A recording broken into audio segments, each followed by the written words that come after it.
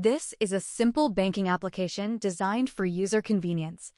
Once the user credentials are added, they can seamlessly log in, view their account details, check their balance, and manage their finances with ease.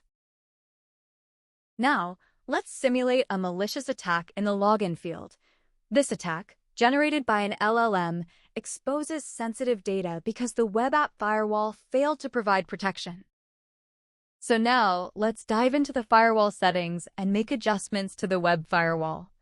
With just a few clicks, we enable the AI Powered WAF, applying high, medium, and low accuracy signatures. Then, we'll activate AI Powered Mitigation to effectively handle high and medium risk threats, ensuring greater security.